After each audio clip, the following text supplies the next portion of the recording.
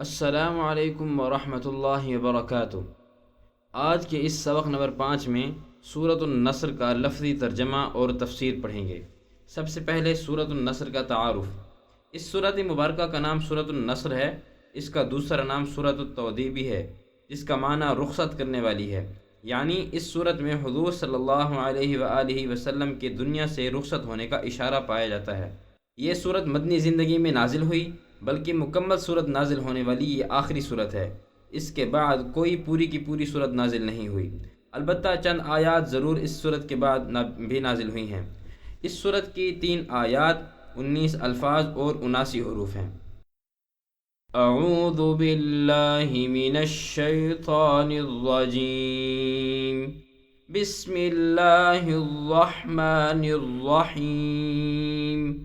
اذا جاء نصر الله والفتح ورأيت الناس يدخلون في دين الله أفواجا فسبح بحمد ربك واستغفره إنه كان توابا۔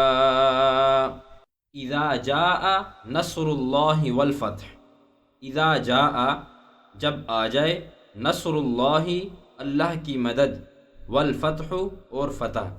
پورا معنی یوں ہوگا، جب اللہ تعالیٰ کی مدد آ گئی اور فتح بھی حاصل ہو گئی۔ وَرَأَيْتَ النَّاسَ يَدْخُلُونَ فِي دِينِ اللَّهِ أَفْوَاجًا، وَرَأَيْتَ اور آپ دیکھیں، الناس لوگ، يَدْخُلُونَ داخل ہو رہے ہیں، فی میں، دین اللہ اللہ کا دین، افواجا فوج در فوج۔ پورا معنی یوں ہوگا، اور آپ نے دیکھ لیا لوگوں کو کہ اللہ تعالیٰ کی دین میں فوج در فوج داخل ہو رہے ہیں۔ فسبح بحمد ربک واستغفرہ انہ کان توابا۔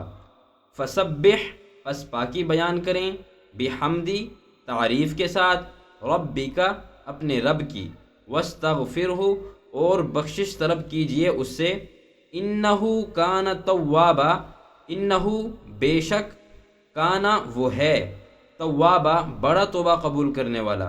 پورا معنی یوں ہوگا، پس اپنے رب کی حمد کے ساتھ اس کی تسبیح بیان کریں اور اس سے استغفار کریں، بے شک اللہ تعالیٰ توبہ قبول کرنے والا ہے۔